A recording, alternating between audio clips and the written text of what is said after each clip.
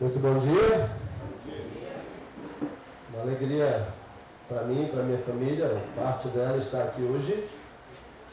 Conhecemos a igreja de reportagens, de ouvir falar, de conhecer os obreiros, de saber que alguns irmãos já de longa data congregam aqui, mas não tanto de vir. Eu estive aqui no último café pastoral, que fui aqui, foi mês passado, né, Breno? E aí estar aqui hoje é uma grata satisfação. E aí rever realmente muita gente já de outras datas, né? Estou vendo ali atrás muita gente já conhecida, querida, gente de outras lágrimas. É muito bom.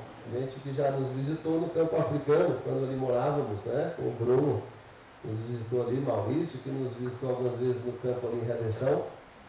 É muito bom estar por aqui, irmãos. E eu creio que o Senhor tem feito uma obra aqui de salvar pessoas deste lugar, santificar pessoas aqui, e também amadurecendo essa igreja no que diz respeito a envio também, como o Breno e a família aí estão batalhando para a partir dessa igreja ir a outros campos.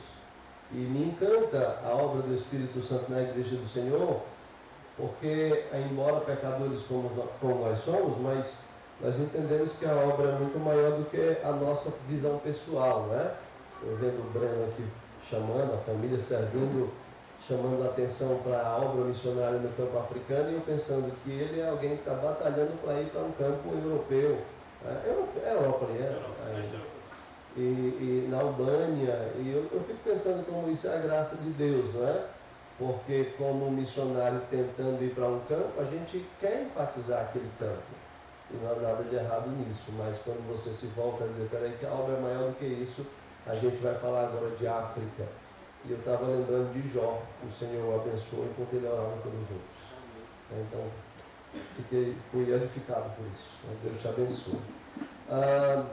Caso alguém não saiba, meu nome é Isaías, eu tenho servido a esse caminho pelos últimos 30 e poucos anos, tenho sido privilegiado com isso, casado com a irmã Elda, está bem aqui desde o ano de 97, e tenho 3 filhos aqui conosco, e aguardo encontrar os 3 que o Senhor levou lá na ressurreição.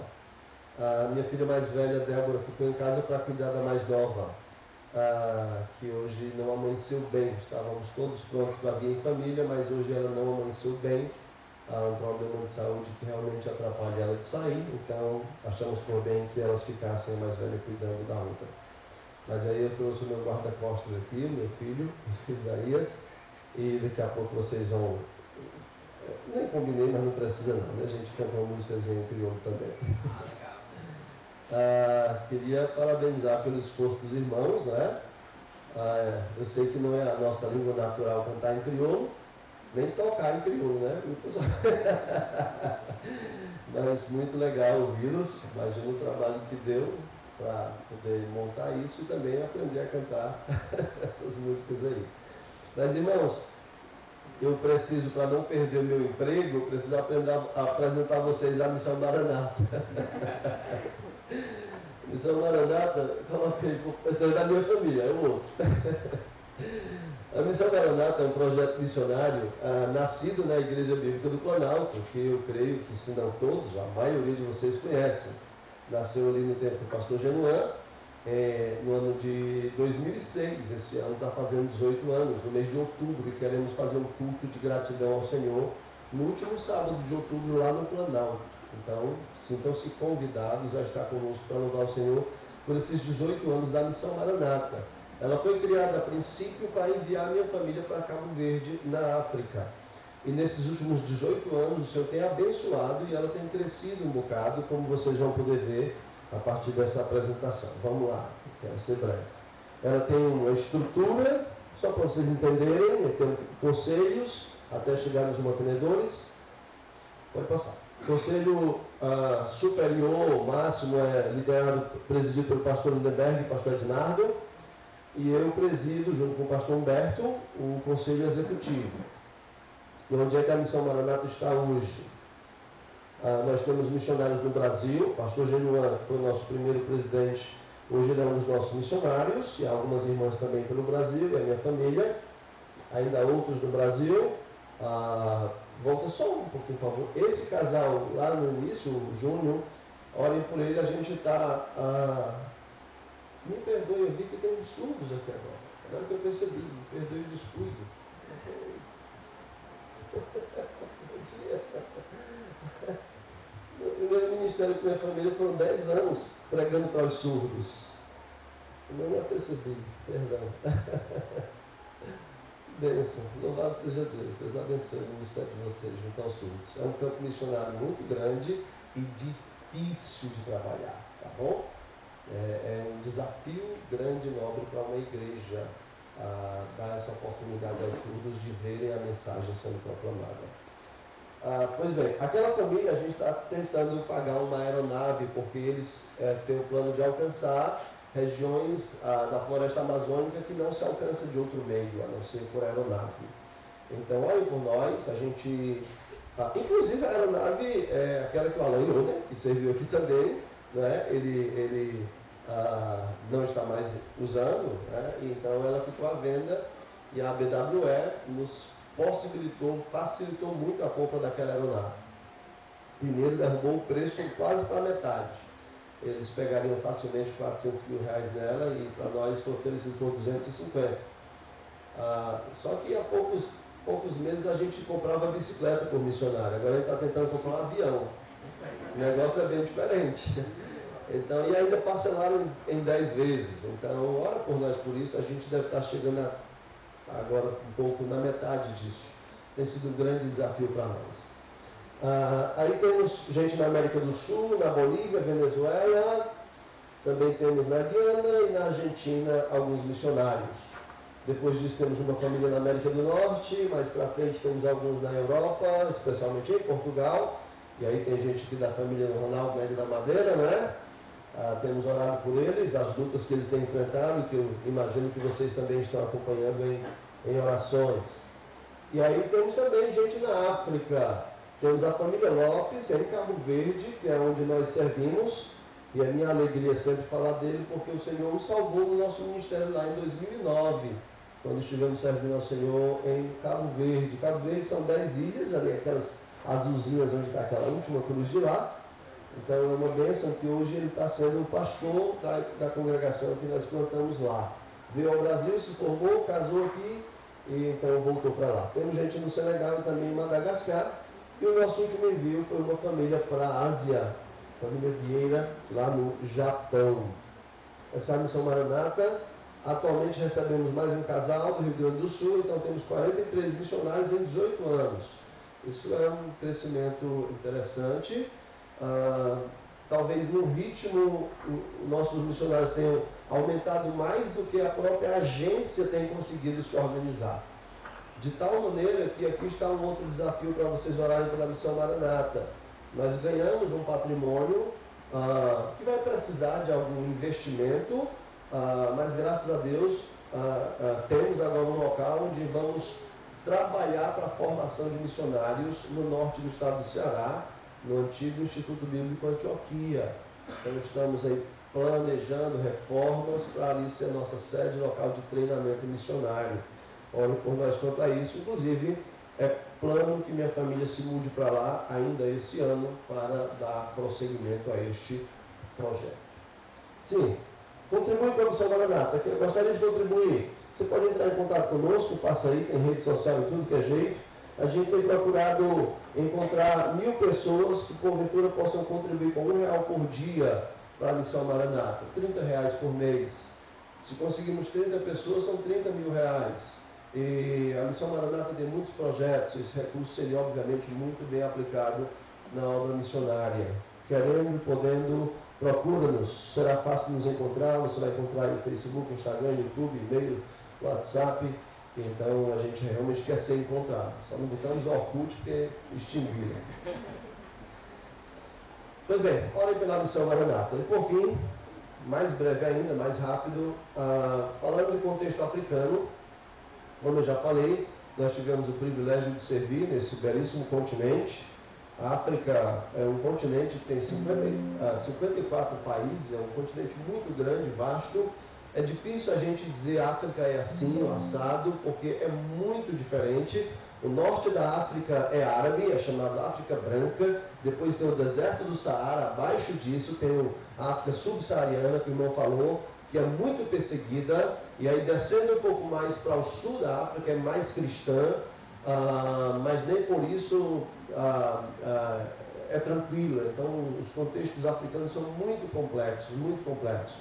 E nós temos vivido essa realidade com a África já há alguns anos, de pesquisa, depois de viver lá, e depois que viemos de Cabo Verde em 2012, nós residimos e servimos lá de 2008 a 2012, de 2013 até então nós temos trabalhado com africanos no Brasil. Aqui em Redenção e Acarape tem uma universidade federal que recebe metade dos seus alunos são africanos, esse é o projeto. Mas às vezes a gente tem a impressão que tem mais africano do que brasileiro, né? Não sei se são nossos olhos, né? Nossos olhos veem o que a gente quer ver. Então, a gente convive e tem muito apego a esse ministério. E a gente tem servido ali, passa aí, meu irmão, por favor, uma igreja bíblica universitária ali em Acarape. Desde 2013 até 2019, estivemos em Redenção com eles. Só que na pandemia houve uma mudança de campus. E então as aulas são em Acarape, os alunos migraram para ali, é bem pertinho. Então a gente acompanhou também. Mas em 2020 era um grupo bem menor e a pandemia, nesse sentido, trouxe muita gente para agregar a congregação. Então hoje nós congregamos regularmente entre 70 e 80 jovens africanos ali, aí às vezes fazemos atividade na quadra, porque o prédiozinho é pequenininho, apertado e às vezes fica muito complicado de fazer os cultos lá. As moças, a minha esposa tem servido com outras irmãs, as moças ali também. E aí são atividades dentro da universidade. Todas as terças-feiras nós fazemos um culto dentro da universidade. Experimentamos alguma perseguição, resistimos e graças a Deus hoje está mais consolidado essas atividades dentro da Unilab. Então, por favor, orem pela minha família, por esse ministério que estamos fazendo ainda, mas como eu disse, estamos de mudança. Então, orem pelos que vão ficar fazendo, que o Senhor continue abençoando a obra ali junto aos africanos da Unilab. E orem por nós nessa nova mudança de ministério, novo desafio, mudando-se ali para o norte do estado do Ceará. Queria chamar minha família, a gente vai cantar um cântico. Eu elogiei, eu queria repetir o elogio aos irmãos, especialmente quem está trabalhando, fazendo o trabalho de tentar levar a igreja um pouco da visibilidade do que seria um culto africano.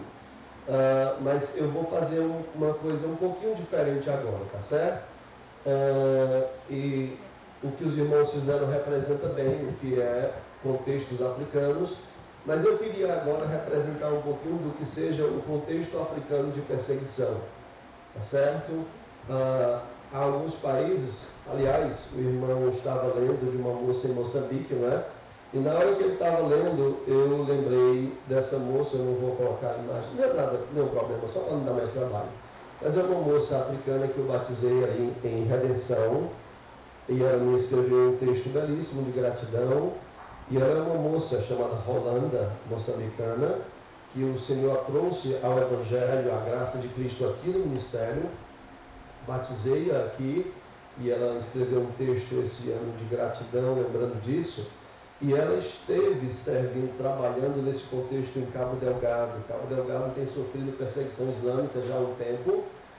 Eu tenho vídeos aqui que eu não tenho coragem de ver duas vezes. Eu vi a primeira porque eu não sabia. Eu estou sendo bem honesto, porque não é o nosso contexto de perseguição. Eu estou com ele aqui porque aqui e acolá aparece um mais curioso e disse, eu quero ver. Mas é contexto de Cabo Delgado, onde um pastor que eu contactei lá conseguiu ainda às pressas escapar de ser decapitado e fugiu e ainda fez um vídeo com vários irmãos nossos decapitados na estrada. Parece coisa de filme de terror. Literalmente, crentes sem cabeça. E alguns em duas bandas. Terrível isso. E a Rolanda, essa moça, ela esteve nessa ocasião, nessa situação.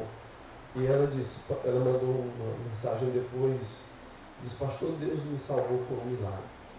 Eu entrei no banheiro e eu não sei por que eles não olharam nesse banheiro. Só pode ter sido Deus. E depois ela saiu se arrastando pelos matos.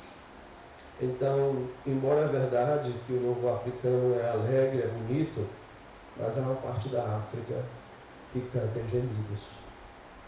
Há uma parte da África que canta tão baixo para que ninguém possa ouvir. Nós vamos cantar uma música, um corinho em crioulo, bem simples, e vamos cantar como quem geme, como quem está no contexto onde não pode ser ouvido, pois se for, pode ser decapitado. Morangabal.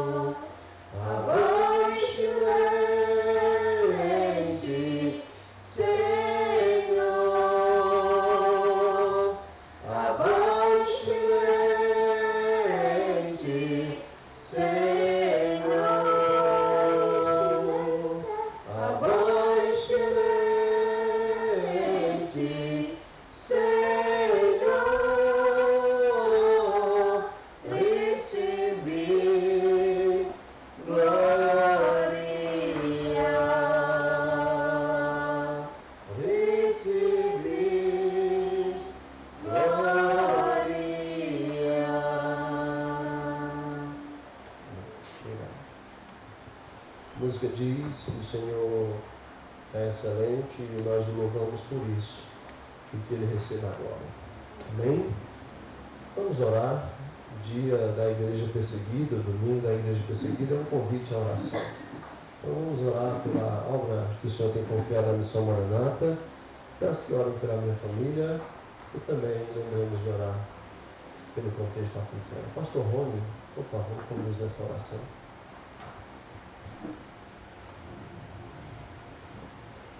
Fique à vontade, você está em casa. Senhor, nós com o coração grato antes de tudo pela obra missionária que alcança pessoas aqui no Brasil, Eusébio, Redenção, Acarape, na África. Na África como um todo, como nós vimos aqui, que não é uma única África, são contextos diferentes, mas o Senhor é louvado por todos os povos, tribos, línguas e nações. Obrigado, Senhor Deus, pela família Arruda, o seu exemplo, seus ensinamentos, sua disposição em servir, tanto aqui como além. Que o Senhor continue abençoando o pastor Isaías, direcionando sua família, seu ministério, tanto na Missão Maranata, como no treinamento de novos obreiros, quanto também no alcance de perdidos, seja no continente africano, seja aqui no brasileiro, ou até mesmo aqui no Brasil, salvando africanos, para a glória do teu nome. Obrigado, Pai, pelo privilégio de servir ao Senhor. Obrigado, Senhor Deus, por quebrar o nosso coração, olhar para a obra missionária e nos dispor a servir a Ti. Que aqui, nessa manhã, pessoas possam render as suas vidas a servir também ao Senhor, com as suas vidas totalmente para a obra missionária de alcançar os perdidos. Em nome de Jesus. Amém. Quando o pastor Rony vinha, eu lembrei, a gente tirou o nome, a gente botou só o nome dos presidentes, porque tem tanto conselheiro que a gente vai mostrar e enche 2 slides só com o nome dos conselheiros da missão. Mas o pastor Rony e o pastor Timóteo Blaze são conselheiros da missão Maranata também, que tem nos ajudado um bocado com isso. Bom, vamos para as escrituras e vamos ouvir o Senhor falar. Eu queria começar dando-lhes uma visão, não uma visão no sentido carismático, mas uma visão no sentido bíblico. Apocalipse capítulo 7. Apóstolo João, recebendo da parte do Espírito do Senhor uma visão celestial. Apocalipse capítulo 7, verso 9 e verso 10, nos apresenta, abre-nos uma janela para observarmos um pouco do futuro, o que há de acontecer, e sendo que foi Deus que revelou, é seguro que vai acontecer. Apocalipse capítulo 7, verso 9 e 10, ele diz: depois dessas coisas vi, e eis grande multidão que ninguém podia enumerar, de todas as nações, tribos, povos e línguas, em pé diante do trono e diante do Cordeiro, vestidos de vestiduras brancas, com palmas nas mãos, e clamavam em grande voz, dizendo: ao nosso Deus, que se assenta no trono, e ao Cordeiro pertence a salvação. Vamos ler juntos o verso 10, por favor. E clamavam em grande voz, dizendo: ao nosso Deus, que se assenta no trono, e ao Cordeiro pertence a salvação. Amém. Louvado seja o Senhor. Essa é uma visão que o apóstolo João tem a respeito do futuro. E a despeito do momento onde isso vai acontecer, tendo passado já pelo período da tribulação, ou não, ou estando aí, o ponto que eu quero chamar a sua atenção nesse momento é que sim, um dia estarão diante do Senhor, adorando Ele, louvando Ele, pessoas de todas as nações, de todas as tribos, de todos os povos e de todas as línguas. E essa aqui é uma forma que Deus encontrou para, de maneira bem redundante, dizer assim: não vai ficar ninguém de fora de nenhuma representação na unidade que eu criei. Não estou dizendo que todas as pessoas serão salvas, é fato que não serão. Mas de todas as representações culturais, mesmo dos menores grupos, etnias, haverá representantes para louvar o nome do Senhor. E quando ele diz de povos e línguas, por exemplo, algumas músicas que vocês cantaram é do crioulo de Guiné-Bissau, né? A que nós cantamos também é. A Guiné-Bissau tem mais de 30 línguas, etnias diferentes. Então não adianta dizer de Guiné-Bissau, mas das etnias de Guiné-Bissau, de todas, o Senhor vai ter representantes ali que experimentaram a sua graça. A questão é como isso vai acontecer. E aí, eu lhe chamo a atenção para o livro de Atos. Ontem à noite estivemos na conferência ali na Manaim, e o pastor, o pregador, estava pregando sobre Atos 16. Aquele texto famoso onde o apóstolo Paulo é preso com Silas. E então, dessa prisão, você tem um carcereiro e sua família salvos. Mas antes disso, houve a libertação de uma menina endemoniada e a salvação de Lídia, a comerciante. Creio que os irmãos estão familiarizados com isso. E o pregador estava pregando, não vou pregar a pregação dele, mas eu queria só um ponto aqui, ainda de maneira introdutória. Paulo vai com Lucas, com Silas e às vezes com outros formando a equipe, e então saíam pregando e Deus saía fazendo isso. E Atos 16 narra o início da igreja dos Filipenses, da bela carta aos Filipenses.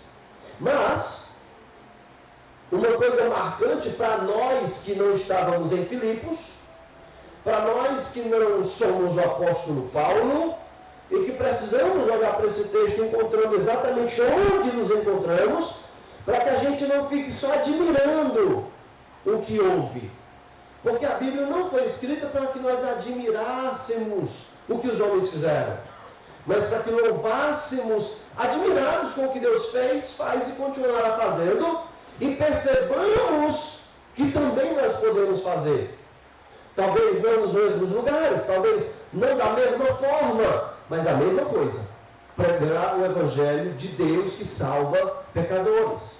Então, olha, no capítulo 16, ou melhor dizendo, um pouquinho antes, já narrei rapidamente o que acontece no capítulo 16. Mas Paulo vai até ali com Silas e os demais a partir do seguinte, Atos 15, versículo de número 40. Paulo e Barnabé voltaram da primeira viagem missionária, relataram na igreja de Antioquia o que havia sido feito, e agora decidem fazer uma segunda viagem missionária. E aí Barnabé diz, olha, eu quero levar João Marcos. E Paulo diz, não, eu não sou a favor que ele vá não, porque ele na outra viagem ele desistiu no meio do caminho. Então não é para ele ainda não. E aí tem uma discussão muito severa entre eles, a ponto de que eles seguem em direções opostas. Barnabé toma João Marcos e vai em outra direção. Acreditamos que, tendo o coração que ele tinha, levou para recuperar, o que acontece mais tarde. Mas Paulo toma Silas e segue o projeto missionário. E olha o que acontece no verso 40. Atos 15, 40.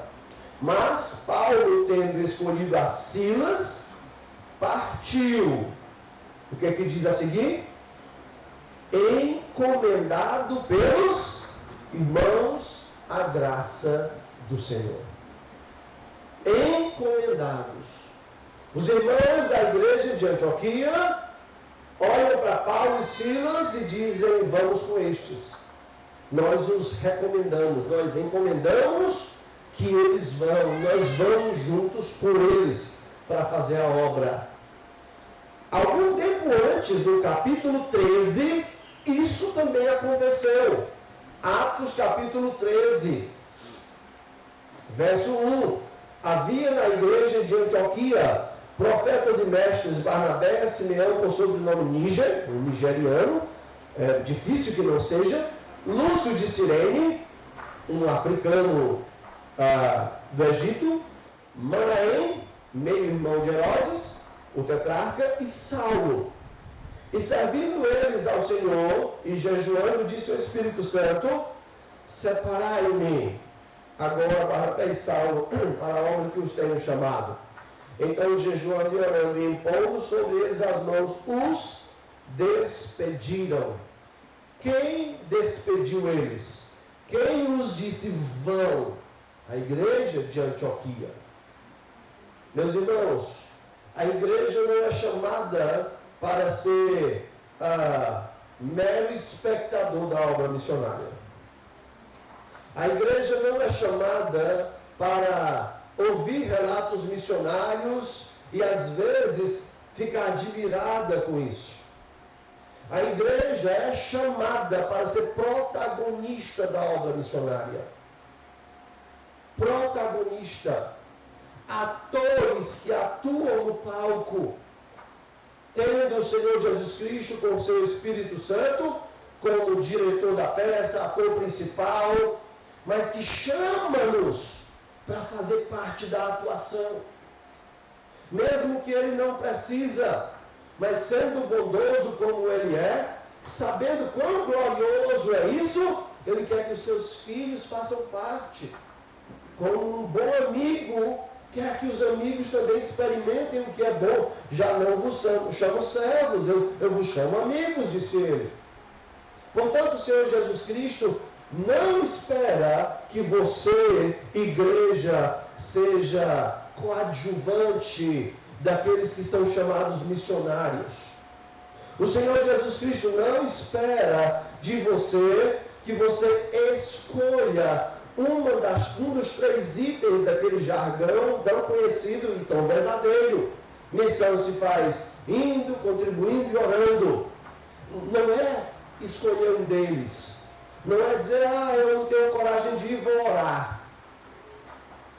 Não existe quantidade de oração bastante para tirar de sobre você a responsabilidade de você pregar o Evangelho. Eu não vou, mas eu vou contribuir. Não existe quantidade de dinheiro bastante em todo esse planeta que juntadas possa pagar a Deus a sua negligência se você não pregar o Evangelho. Nós somos chamados para fazer parte de maneira prática e atuante da obra missionária. Nosso Senhor Jesus Cristo deixou claro que o campo para o qual somos chamados, qual é o campo? O campo é o mundo. Eu lhes convido então a abrir a sua Bíblia para um texto profundamente conhecido. Missões não é um assunto novo para a Igreja de Jesus. Não tem nenhum texto novo que nós possamos pregar a esse respeito. Mas eu lhe convido a abrir a sua Bíblia para o texto de Mateus capítulo 9. Mateus capítulo 9. Para que nós possamos pensar como é que o Senhor vai fazer que aquele quadro da visão de João, de Apocalipse 9:7, se concretize. Como é que vai acontecer? Vai acontecer se nós, aliás, vai acontecer nem que nós não façamos, Deus vai usar outros, mas preferencialmente nós, vai acontecer a Igreja de Jesus Cristo fazendo dessa forma. Mateus 9:35 ao 38. E percorria Jesus todas as cidades e povoados, ensinando nas sinagogas, pregando o Evangelho do Reino e curando toda sorte de enfermidades. Vendo ele as multidões, compadeceu-se delas, porque estavam aflitas e exaustas como ovelhas que não têm pastor. E então se dirigiu a seus discípulos: a seara na verdade é grande, mas os trabalhadores são poucos. Rogai, pois, ao Senhor da seara que mande trabalhadores para a sua seara. Jesus Cristo, o ator principal, diretor dessa peça, nos convida a fazermos parte dela. Mas ele não nos convida abobalhadamente, para que nós não corramos o risco de estragar a sua obra, pois é muito fácil fazer isso de nossa parte. Nós somos melhores em destruir do que em construir, se não for a presença do Senhor em nossa vida, o seu Espírito Santo habitando em nós. Então o Senhor nos convida, mas ele antes diz assim: eu vou dizer como é que se faz. Olhem para mim. E aqui está como é que vai acontecer Apocalipse 7:9. Vai acontecer todos nós, Igreja do Senhor, desde o começo, aprendendo, crescendo e indo até o fim fazendo isso daqui. O que é que Jesus fazia? O que é que nós temos que fazer? Percorria Jesus todas as cidades e povoados. Primeiro, Jesus era um homem de ação. Ação. Nós precisamos aprender com o nosso mestre isso. Não faz jus, de maneira nenhuma, a pessoa de Jesus, nenhuma imagem que se vê pintada de Jesus Cristo. Não se faz jus. Mas tem algumas piores do que outras, né? Aquelas imagens de Jesus muito, até, convenhamos, um pouco efeminado na cruz. Aquilo não é Jesus, nem de longe, nem de perto. O Jesus das Escrituras era um homem raçudo, um homem valente, disposto. Jesus não era um homem fraquinho. Um homem que não tivesse disposição não teria andado tanto que ele andou sem adoecer. Lembra? Ele estava humanizado, ele sentiu fome, cansaço, tudo isso. Mas em nenhum momento, ele é acometido de uma aflição por conta de cansaço de trabalho. Embora trabalhasse o dia inteiro, às vezes entrava na noite orando, quando descia para tentar descanso, com a multidão na sua porta. Jesus Cristo, o nosso Senhor, o Senhor dessa igreja, é um homem de ação. O povo de Jesus tem que ser também. Nós precisamos tomar muito cuidado com os atrativos de nossa época. Eu nem vou dizer necessariamente do diabo, não. Porque nós somos tão bons em fabricar ídolos que às vezes coisas boas a gente transforma em ruins. Vou dar um exemplo disso. A tecnologia. Tecnologia pode ter muita coisa ruim sendo usada para isso, por causa do pecado do homem. Mas tecnologia, se soubermos usar, nos dá muitas ferramentas do bem. Eu tenho acompanhado, eu tenho discipulado pessoas em outros países por conta de ferramentas de tecnologia. WhatsApp, YouTube, por aí vai. O problema é que nós, a maioria das vezes, enganchamos na frente do aparelho, tentando ver se o gato vai pegar o peixe. Eu não sei se você já perdeu tempo com isso, mas uma vez eu não me apercebi, já estava com mais de 10 minutos esperando o gato pegar o peixe. E aí você não se apercebe que aquilo é só um vídeo repetindo. Não, ele vai pegar agora, então não pega. Aí você se vê encantado com aquilo. Meu Deus, eu vou perder o dia todo esse gato não pega esse peixe. E a gente é engolido por isso. É engolido por isso. Eu não sei se você sabe, mas eu acho que todos os celulares têm isso. O meu tem, eu fui lá ver quanto tempo eu estava gastando com isso. Eu fiquei espantado, eu pedi perdão ao Senhor e tenho tentado melhorar, fazendo melhor uso disso. Então, há coisas boas que nós podemos fazer para demonstrar a ação que o nosso Senhor teve. Escreve um texto na língua que você quiser, o Google traduz e bota lá na rede social, sabe-se lá, se um dia você encontra no céu alguém dizendo que salvo porque eu li aquele texto. Lança o pão sobre as árvores, você não sabe onde vai chegar não. A gente perde tempo com esse tipo de coisa e não aproveita. Jesus, homem de ação. O povo dele precisa aprender a ser. Missões não se faz com um povo que não age. Não se faz. Você tem que pelo menos fazer o mínimo da ação, que embora tenha muita importância, mas é o mínimo. Se você não faz nem isso, eu questionaria se você compreendeu o seu chamado para ser um crente. Eu estou falando de oração. Oração, embora seja o mais poderoso em todo o processo, mas é o mais simples. É o mais simples. Porque mesmo que você não reúna algumas condições necessárias para ir mais longe para um outro país, como por exemplo conhecer uma língua, falar outra língua, não tenho condição para isso. Talvez não tenha saúde para sair de onde você mora, mas você pode orar. E quando a gente diz que missões se faz indo, contribuindo, orando, não coloque oração em terceiro, porque ela é a descartável, é a última. Não cometa esse crime com a Trindade.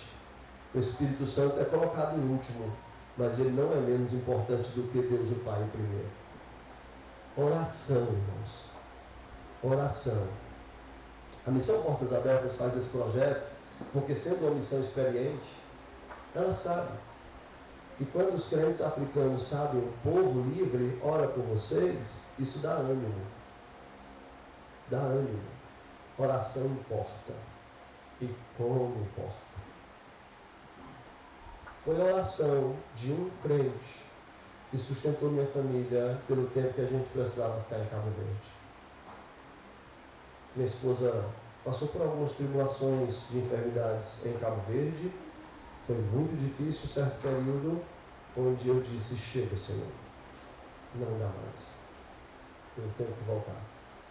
E então ela estava em lágrimas de dores, e eu em lágrimas por ela. Fui até a sala, e eu literalmente, eu não estou exagerando, como às vezes a gente exagera para deixar a coisa mais bonita.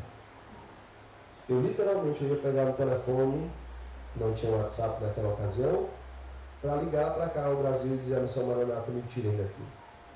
E literalmente, quando eu ia pegar o telefone, tocou. O telefone tocou e do outro lado, respirei para atender bem, e alguém disse, às pressas, pastor Isaías? Eu disse, sim, sou eu, irmãos. Pastor, eu não fulano de tal, não sei se meus créditos vão dar, mas eu estou ligando só para dizer que eu e minha esposa estamos nesse momento orando por você.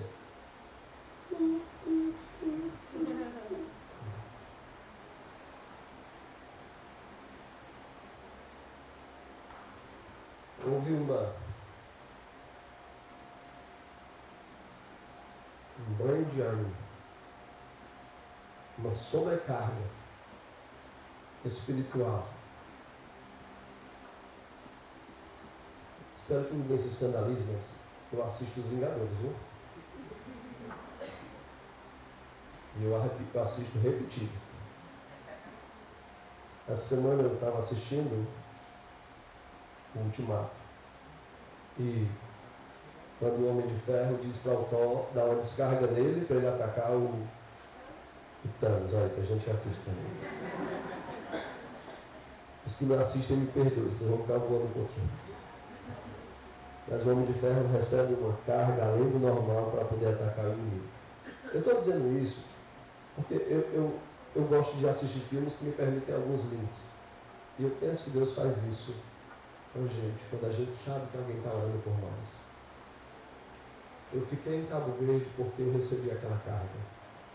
O irmão disse: estamos orando por vocês nesse momento. O irmão deu uma força tão grande que nós ficamos, até quando Deus quis que ficássemos, e há uma igreja lá por isso. Amém? Ore. Ore. É o mínimo de ação que você pode fazer, mas é o mais poderoso, que qualquer um de nós não pode deixar de fazer. Nosso Senhor era um homem de ação. Ele percorria cidades e povoados. Tenhamos a visão de Jesus. Aqueles que olham para a igreja como negócio, costumam olhar somente para os lugares que tem muita gente. Esquecem os vilarejos e povoados, onde tem gente carecendo de Cristo. O sertão, os vilarejos da África. Jesus Cristo não fazia isso. Cidades e povoados. Porque para Jesus importava gente. Onde tem gente é do meu interesse. Gente me faz olhar para mim. A igreja de Jesus precisa tomar cuidado com essa visão. O que estamos fazendo pelas cidades? O que estamos fazendo pelos vilarejos? É dessa forma que Apocalipse nos diz que de todas as tribos terá gente na presença do Senhor. Línguas de pequenas etnias, das florestas amazônicas, haverá. A igreja de Jesus precisa resguardar-se e imitar Jesus nisso. Ele fazia isso ensinando, pregando, curando. A igreja de Jesus desfruta das mesmas possibilidades. A igreja de Jesus tem um evangelho eterno para ensinar, tem um evangelho eterno para pregar e tem o poder do alto para restaurar, para curar, se assim o Senhor quiser. Nós precisamos lembrar, fortalecer as nossas convicções de que esse poder está sobre nós. Eu sou um batista no sentido histórico da palavra, no sentido teológico. Eu não creio no carismatismo, eu vim de lá. Mas eu não sou do tipo que vai negar um Deus que é poderoso para fazer o que Ele quiser, quando Ele quiser, com quem Ele quiser. Nós tivemos há alguns anos uma divisão de uma igreja bíblica, de um pastor, o divisor, foi um pastor colega meu, formado comigo. Então eu me senti na liberdade de questioná-lo, de tentar chamá-lo a atenção. E ele disse assim: rapaz, eu me cansei de ficar com dificuldade, de ficar preso, de não poder ir na igreja orar para que o irmão fosse curado. Eu disse: essa é uma razão que você rachou na igreja? Você devia ter vergonha disso, de dizer um negócio desse. Por que você não orava para os irmãos ser curados? Acho que tem outra coisa por trás do seu coração, que não é isso não. Porque eu oro. Chega alguém doente para mim, eu oro. Senhor, cura essa pessoa. Se o Senhor vai curar ou não, isso não é comigo. Mas eu não orar porque eu estou oprimido, porque eu queria pedir por oração, mas eu sou da igreja batista, que não se fala nisso. Eu não tenho vergonha. Não, nós somos o povo da cura, e da cura em todos os sentidos. E, embora o nosso contexto, isso seja um bocado deturpado pelo carismatismo, mas, irmãos, o Senhor está trabalhando, especialmente na África, de maneira que alguns batistas ficariam espantados. Alguns países muçulmanos têm experimentado um grande crescimento de conversões, com islamitas vindo a Cristo a partir de sonhos e visões. Eu te dou o direito de não acreditar nisso, mas sua descrença não faz com que não aconteça. Houve uma época que eu tinha dificuldade com isso, até ver. Não é que alguém é salvo por meio do sonho. O que normalmente a gente tem percebido que acontece é que o Senhor graciosamente tem ajudado alguns que Ele quer salvar em contexto de dura perseguição, ajudando eles a procurar alguém que tenha a mensagem. Então eles procuram essa pessoa e dizem, olha, eu tive esse sonho. No sonho era Issa para eles era Jesus, e Issa me disse para ir procurar, porque você tinha alguma coisa para me dizer. E o missionário, eu tive reunido com 1 ou 2 semanas falando disso. Então o missionário, entendendo a oportunidade, prega o Evangelho, e o indivíduo vem a Cristo.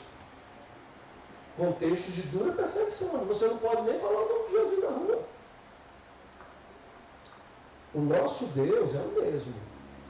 Não confunda o que as falsas religiões evangélicas têm feito com aquilo que o nosso Senhor continua podendo fazer. A Igreja de Jesus Cristo precisa ter noção do poder que está sobre ela. O Espírito Santo de Deus está sobre a Igreja de Cristo. É por isso que ela pode percorrer cidades e povoados, pode ensinar o Evangelho do Reino, pode pregar e pode, sem medo nenhum, orar para que, se o Senhor quiser, cure os enfermos, cure as almas, cure vidas, especialmente cure os corações. Sabe por que Jesus fazia isso? E Ele quer nos ensinar por meio desse texto? Porque Ele via. Verso 36, vendo Ele as multidões. Nenhum de nós tem dúvida que Jesus não era cego. Então o texto não pode estar nos dizendo assim, Jesus era um homem que tinha os olhos perfeitos. Não é isso que o texto está informando. Ele está informando que quando Jesus olhava, Ele via. Porque uma boa parte de nós olha e não vê. Eu, por um tempo, eu olhava para as pessoas e eu não via. Eu vou lhe dar um exemplo, talvez você possa se identificar. Por um tempo, eu conseguia assistir, por exemplo, Barra Pesada. Não é problema assistir Barra Pesada, não, mas do jeito que eu assistia, é problema. Eu conseguia assistir Barra Pesada, você conhece, né? Eu tive programa, nem sei se passa mais, eu não tenho assistido mais. Mas era um programa policial, não sei se era ou se é, mas há muito tempo que eu não assisto. Mas onde o sangue descia pelos fones da TV, né? O sangue descia pelos fones da TV. Aí você via muita gente morta, mãe chorando e tudo, e eu assistia isso almoçando. Até um dia que eu fui chocado ao perceber que ele não via. Porque quando Jesus viu o seu amigo Lázaro morto, o que ele fez? Ele chorou. Apesar de saber o que ia fazer. O que fez Jesus chorar? Penso eu que Jesus chorou por olhar e dizer assim, não foi para isso que eu criei. Ontem estivemos na morte de uma criança, 2 anos. É muito agressiva a morte. Nós temos perdido muito disso. Da dor, da morte, a tristeza, o respeito. O africano nutre respeito pela vida e pavor pela morte. A morte tem sido banalizada na nossa cultura. Mas não para Jesus. Não para Jesus. É um inimigo desgraçado, que embora já derrotado, mas assim como um galho seco já sem vida, com espinhos, ainda machuca quem pise, a morte ainda nos machuca. E ainda machuca o nosso Senhor. Jesus olha para as pessoas e Ele vê elas. Certo pregador disse que uma das coisas espetaculares em Jesus, que nós precisamos tomar cuidado porque temos perdido por causa do aparelho na mão, A gente conversa com a pessoa, olhando a mensagem do outro, e do outro, e do outro. O pregador disse uma das coisas incríveis em Jesus. Uma das tantas é que quando ele estava com alguém, ele estava com alguém. Ele estava com aquela pessoa. Ele olhava nos olhos, sentia compaixão. E às vezes nós pecamos contra o amor das pessoas, quando ela está prestando a nossa atenção, aflita talvez, e a gente fala com elas olhando no aparelho, e ela percebe, não vou achar ajuda aqui. Mas nós gostamos das postagens que dizem, vamos ser amigos, vamos ajudar as pessoas, elas precisam de atenção, de pessoas que conversem. Nós achamos bonitas essas coisas, mas nós falhamos. Aprendamos a olhar para as pessoas com os olhos de Jesus. Peça ao Senhor, Senhor, tira a catarata da minha vista espiritual. Dá-me os teus óculos. Ajuda-me a olhar para aquele vizinho difícil, complicado, com os olhos de Jesus. Ajuda-me a olhar para aquele parente que, pelo amor de Deus, eu estou para pedir para ele. Ok, é verdade, são difíceis. Mas não esquece quem você era. Eu não tenho o direito de olhar para ninguém e considerá-lo como alguém desqualificado para o Evangelho. Seria assinar minha sentença de perdição.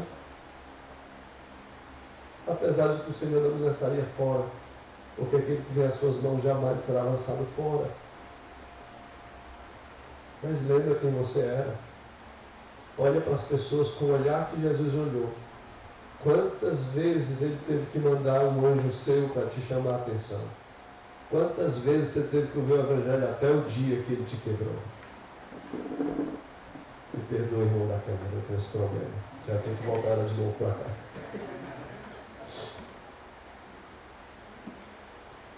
Jesus via as multidões. Ele não via só um amontoado de peles, nervos, veias, tecidos sobre ossos. E ao ver, verso 36 diz que o seu coração explodia de compaixão. Está lhe faltando compaixão pelas pessoas? Peça ao Senhor, me ajuda a ver de novo, Senhor. Me ajuda a ver as pessoas como um dia eu vi, uma vontade louca de vê-las crentes. Foi que houve. O amor esfriou. O primeiro amor se foi. Se é essa a sua leitura, ok. Mas vai ficar só na leitura? Que tal utilizar-se do negócio que Jesus inventou chamado arrependimento? Arrependa-se. Se você perdeu o amor pelas pessoas, a compaixão e o desejo de lhes pregar o Evangelho. Compaixão. Gosto dessa palavra. São duas. Compaixão. Paixão é sofrimento. Sofrer junto ou sofrer por alguém. Nós pregaremos o Evangelho quando a compaixão invade o nosso coração. Porque você vai olhar para as pessoas e vai vê-las caminhando para o inferno a largos passos. E você vai entender, poderia ser eu estava nesse mesmo caminho. Eu tive a oportunidade. Essa pessoa também pode ter. Vendo, sentiu compaixão. Pessoas aflitas e exaustas, como o pastor Senhor vê-las exatamente como as pessoas da nossa época. E finalmente, após nos dar o exemplo e nos apresentar o porquê que ele agia assim, Jesus Cristo nos chama a atenção, verso 37. Então se dirigiu a seus discípulos. E me permita fazer aqui uma observação. O texto diz claramente que ele se dirigiu a seus discípulos. Faz bem lembrar que quando Jesus andava, muitas pessoas o ouviam, o acompanhavam, mas nem todos eram discípulos. Mas ele fazia questão de fazer com que os seus discípulos compreendessem a mensagem. É por isso que o texto diz que isso aqui ele disse aos seus discípulos. Nem sempre a multidão compreendia para se cumprir o que Isaías disse. Vão ouvir, mas não vão entender. Vão ver, mas não vão perceber. Para que não se arrependam e ele escure. Mas aos meus discípulos eu faço entender. O Senhor separava os seus discípulos e fazia eles entenderem a mensagem. Sabe por que é importante isso? Porque se Jesus falou com seus discípulos, só seus discípulos vão entender. Eu não conheço vocês, irmãos. Mas eu não estranharia se porventura nós tivéssemos alguns aqui que não são discípulos de Jesus. E aqui está um bom teste para você. Quando eu fui enviado pela minha igreja para Cabo Verde com a minha família, houveram 2 pessoas na igreja que deram provas de que não eram discípulos de Jesus, apesar de estarem lá desde a infância. Lembro bem de um que de criança eu acompanhei, era um adulto, mas no nosso envio ele disse: para que a gente vai tirar dinheiro do caixa da igreja para suportar um missionário que vai para a África? Missionários não é para sofrer? Este não entendeu. Ele citou até base bíblica para isso. Cuidado. A Bíblia não diz: tudo posso naquele que me fortalece? Então o missionário tem que ir assim. Não entendeu. Eu falei para ele: é verdade. Isso foi numa assembleia. Isso é verdade, irmão. Filipenses 10, 13. Tudo posso naquele que me fortalece. Só não esqueça de ler o 14. Todavia, você faz bem se juntando comigo no meu sofrimento. Venha comigo. Hoje esse rapaz na época, hoje é um homem casado e desviado, afastado, se é que for um crente. Ele não entendeu. Uma outra disse, para que ir para tão longe para pregar o evangelho? Tem tanta gente aqui para ser alcançada.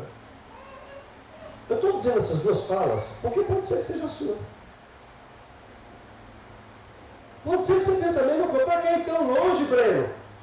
Tem tanta gente para ser alcançada aqui, a resposta é uma.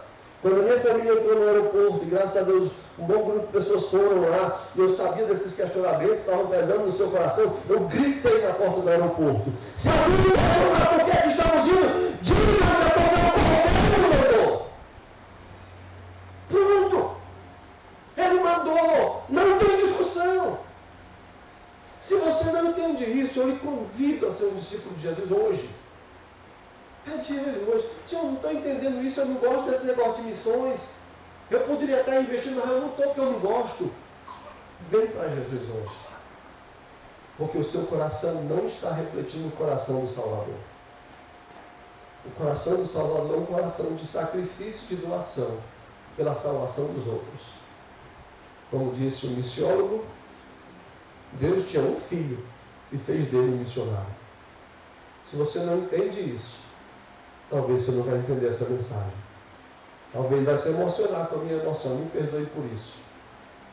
Mas eu não quero que você se emocione com a minha emoção, não. Mas eu também não quero negar as minhas emoções, não. Mas emoções não vão te levar a fazer ter um coração como o de Cristo. É parar para pensar, se arrepender e seguir. Faz isso. Jesus Cristo falou com os seus discípulos. E o que é que ele diz para os seus discípulos? Olha, meus discípulos, a seara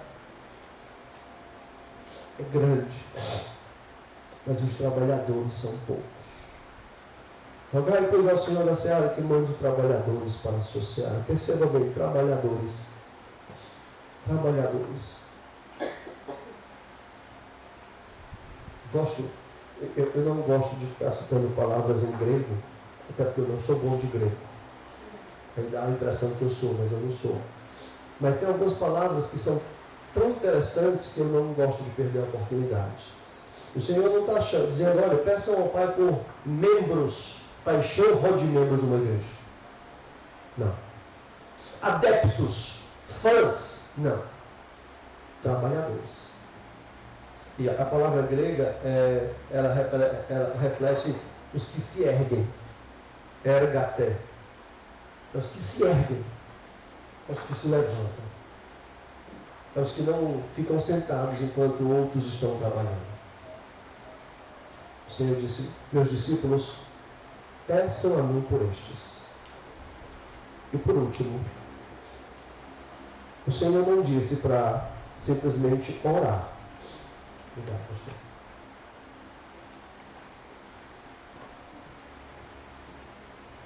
Você está orando por trabalhadores, eu lhe convoco nessa manhã a parar de orar.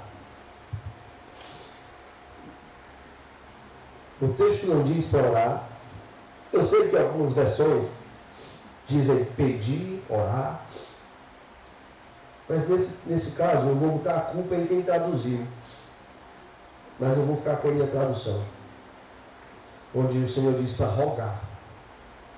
E eu vou lhe explicar por que eu termino com isso. Quem pede, costuma pedir pelos outros. Quem pede, costuma pedir por algo que, embora queira, mas pode passar sem aquilo. Você pode orar, não é pecado. Eu estou orando por isso. Eu tenho um bom carro, mas começou a dar uns probleminhas. Estou orando por um mais novo. É pecado? Não. Mas o Senhor não me deu ainda. De boa. Tranquilo com isso. Eu oro por isso. Eu peço por isso. Mas sabe quando é que eu rogo? Quando é algo que eu não posso ficar sem aquilo.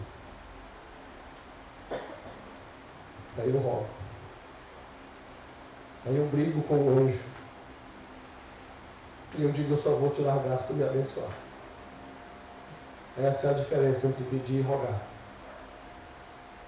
E o Senhor Jesus disse, rogue.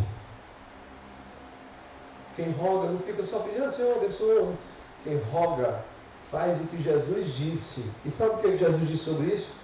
Esse momento não terminou aqui. Mateus terminou aqui, mas Lucas dá o resto da conversa. Olha o que é que diz Lucas 10. Depois que Jesus disse, rogai ao Senhor da seara, que mande trabalhadores para a sua seara. Lucas 10, verso 2.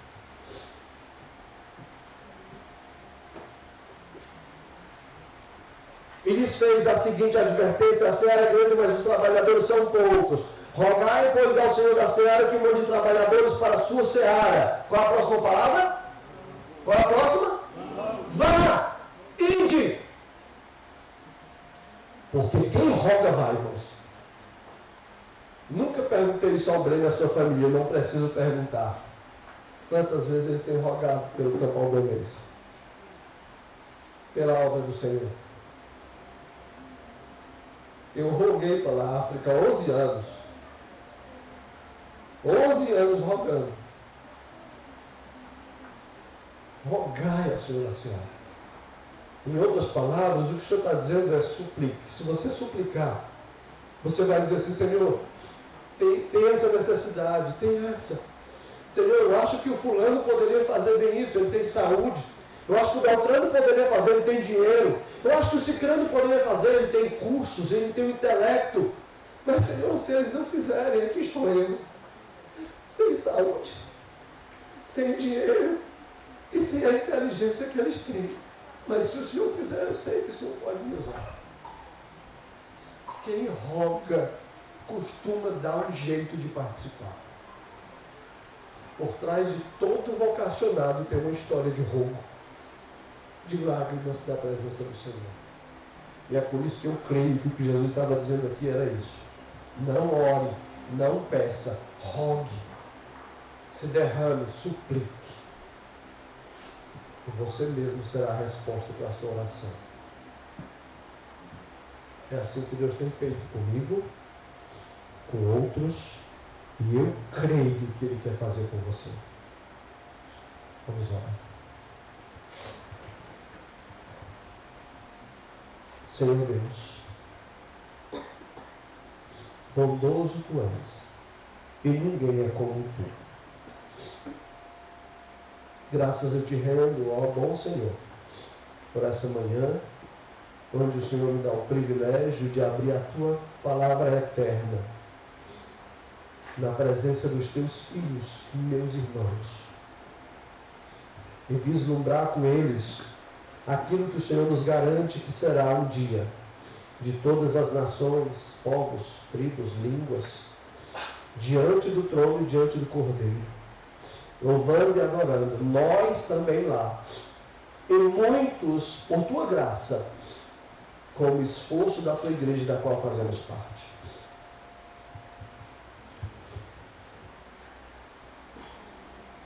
Eu te suplico, ó Deus, em favor da tua igreja aqui presente. Eu te suplico que o Senhor santifique os crentes para uma vida cristã, santa, saudável e para uma visão ministerial parecida com a de Jesus Cristo. Para esse bairro, para essa cidade, para esse estado, para esse país, para esse continente, para esse planeta. Eu te suplico, Deus, com sincero coração, como quem aprecia as emoções, mas sabe os riscos delas, eu te peço que ninguém nessa manhã, em nome de Cristo, seja influenciado meramente por minhas lágrimas. Sinceras, digo. Mas que seja o teu Espírito Santo usando a tua palavra para incomodar os crentes. E se porventura, para a espada entrar nos seus corações, o Senhor colocou lágrimas para que seja mais suave, amém. Mas não nos deixes, ó Deus querido, olhar para a obra missionária como espectadores, mas sim como atores da obra missionária. Olhando para toda e qualquer ocasião onde o Senhor exija que nós olhemos. E o Senhor exige que olhemos para o mundo, para o campo, para a seara. Abençoe essa igreja, meu bom Deus, eu te peço. Em nome de Cristo Jesus, o Senhor da igreja, o Senhor dos povos e das nações. Amém.